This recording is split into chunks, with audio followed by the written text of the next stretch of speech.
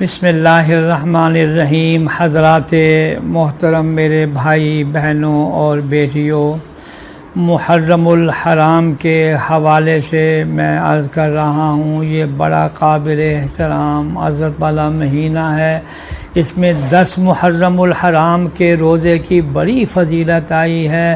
رمضان کے علاوہ 11 مہینوں کے روزوں میں محرم کی 10ویں تاریخ کے روزے کا ثواب سب سے زیادہ ہے۔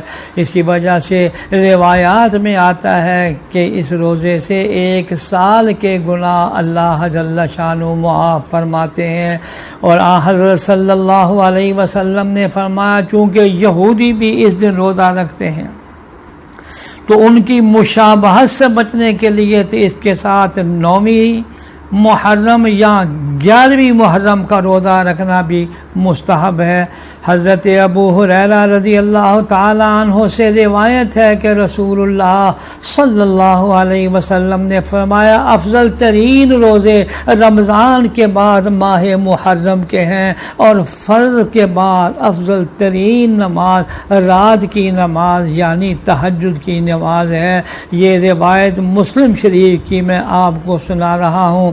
اسی طرح عبداللہ ابن عباس رضی اللہ تعالی عنہما سے روایت ہے کہ آپ صلی اللہ علیہ وسلم نے فرمایا، جو شخص یوم عرفہ کا روزہ رکھے گا تو اس کے 2 سال کے صغیرہ گناہوں کا کفارہ ہو جائے گا، اور جو شخص محرم کے مہینے میں 1 روزہ رکھے گا اس کو ہر روزے کے بدلے میں 30 روزوں کا ثواب ملے گا۔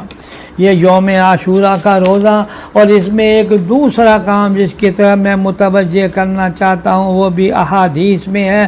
اس 10 محرم کو اپنے اہل و عیال پر، عزیز و اقارب پر رزق میں فراخی کرنا، اس کی بھی بڑی فضیلت آئی ہے۔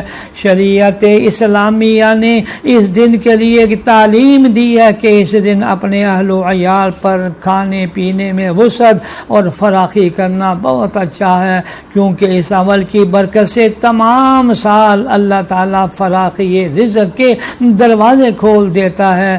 چنانچہ حضرت ابو ہریرہ رضی اللہ تعالی عنہ سے روایت ہے کہ رسول اللہ صلی اللہ علیہ وسلم نے ارشاد فرمایا، من اوصى علی عیالہ اوصى اللہ علیہ سائر سنتہ، یعنی جو شخص عاشورہ کے دن اپنے اہل و عیال پر کھانے پینے کے سلسلے میں فراخی اور وسعت کرے گا تو اللہ تعالیٰ پورے سال اس کے رزق میں وسعت عطا فرمائیں گے۔